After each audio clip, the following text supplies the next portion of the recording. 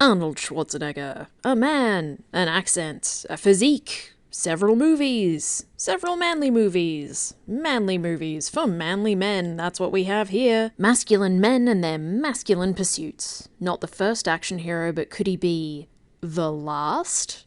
Who's to say? I'm putting my writing degree to great use here. Last Action Hero is a 1993 action movie and meta-commentary on action movies directed by John McTiernan. It follows Danny, who receives a plot device that opens portals between the real world and works of fiction, which he finds out when he enters Jack Slater 4, starring Arnold Schwarzenegger. Danny thinks this is the coolest shit, but gradually learns that the life of an action movie cop kinda sucks. He's lonely, he has no life outside of work, he keeps getting fired, he's in constant danger, his family keeps getting killed off by whatever villain he has to face this time around. Danny helps Jack defeat this movie's villain, but then, oh no, Charles Dance goes into the real world. By the way, Charles Dance does just a fantastic job in this movie. Just the perfect combination of scenery-chewing villainy and Royal Shakespeare Company gravitas. Hello? I've just shot somebody! I did it on purpose! So Danny and Jack follow him into the real world. Hello, Mrs. Madigan. Arnold Braunschweiger. Jack learns a lesson about developing a life beyond what's expected of an action movie cop. Danny learns a lesson about having realistic expectations of his heroes. Sir Ian McKellen is also here. They defeat the bad guys. Bing bang boom, credits roll. Yvonne Tasker called movies like Last Action Hero and the fake movie in Last Action Hero muscular cinema. Drew Ayres later built on this categorization and termed it the hard-body action film. But whatever you call it, these are action films of the 1980s and early 1990s where a single white male hero is given the task of saving the day, and where a lot of attention is paid to the physicality of the incredibly muscular hero. The body of the action hero is fetishized for its hard and sculpted muscularity and/or its athletic skill and physical prowess.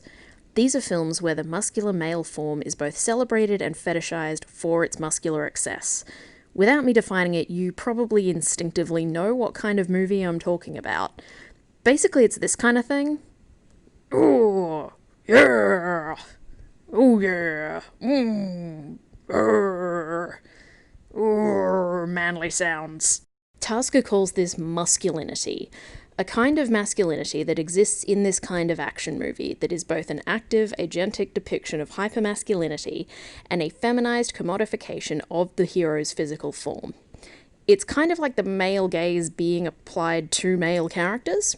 The muscles put on display are not used for anything in particular. They are put on display as just one component of the excessive visual display that characterizes action cinema. Tasker describes masculinity as an extension of bodybuilding, in how it combines the excessive displays of masculinity and the to-be-looked-at-ness of femininity. It is both a celebration and a parody of hypermasculine excess. Men put on display for other men in a way that is only kind of homoerotic. Hey, while you're here, you should definitely check out Renegade Cut's video about queer theory and Commando. It's a great introduction to queer theory and the homoeroticism of muscular cinema, link in the description. So why have I chosen Last Action Hero? Like, as far as action movies go, yeah, it's fine. There's some puns. You want to be a farmer? Here's a couple of acres. Some sight gags, I cannot stress this enough, fantastic performance by Charles Dance. If God was a villain, he'd be me.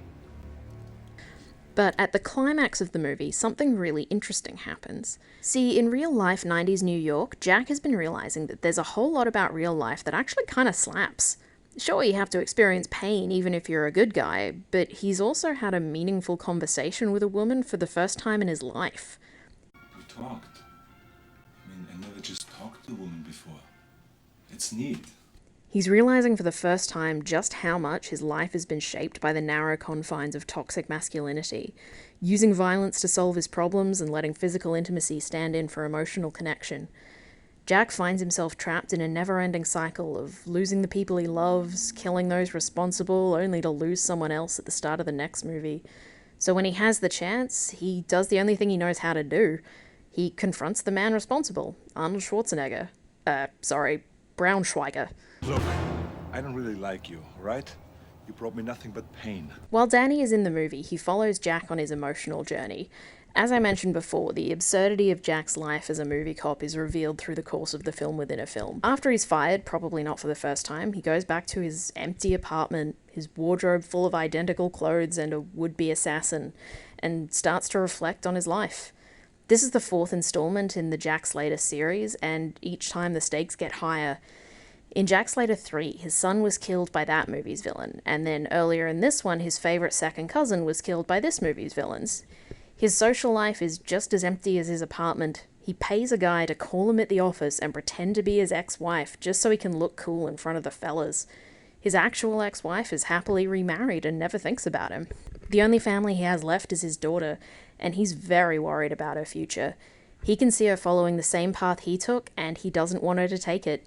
Not for some bullshit patriarchal reason about men being protectors and women being delicate or whatever, but because he knows from experience just how lonely that life is, and he doesn't want it for her. Danny thinks Jack's ennui will be solved by kicking in some heads and busting up a drug ring? Whatever it is the villain does. But instead, Jack realizes something much more important by entering the real world. Jack Slater realizes that he's fictional, and that he's nothing but a fetishized image of hypermasculinity designed to promote masculine ideals. He's realizing that his lonely, terrifying, dangerous life is not even a product of his choices. He's been forced into that life of loneliness by external forces.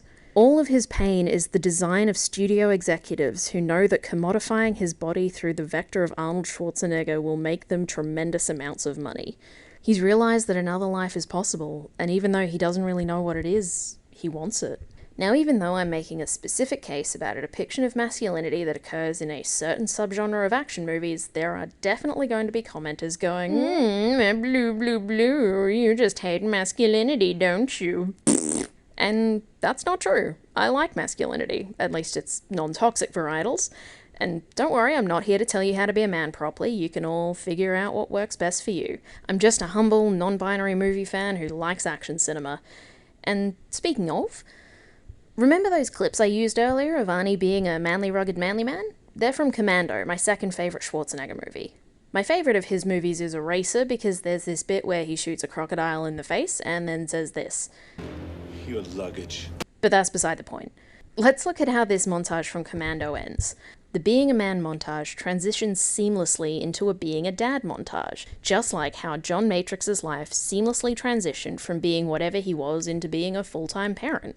The film quickly and easily establishes that however you choose to express your masculinity, it shouldn't preclude you from having the kind of emotional range you need to be a good father, that you can be the most masculine man on earth and still go out for ice cream with your daughter. Multiple masculinities can exist in one person, and that's not only a good thing, but a vital thing. Yeah, an actual Arnold Schwarzenegger movie has a healthier version of masculinity than the fake one in Last Action Hero.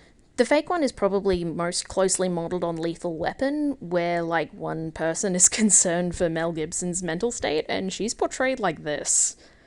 Oh no, it's an SJW. And she's here to cancel Mel Gibson. Oh no!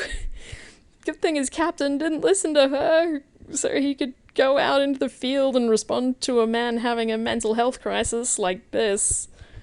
Ooh.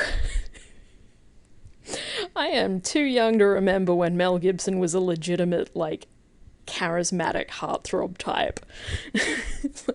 The only Mel Gibson I know is current Mel Gibson, and I would not recommend that one.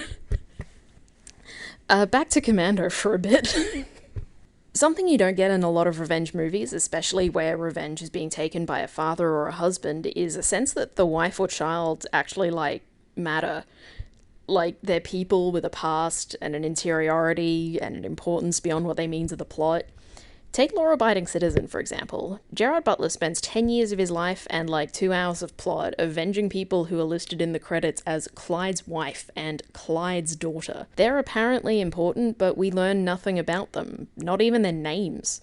Their names don't matter because they're not really people.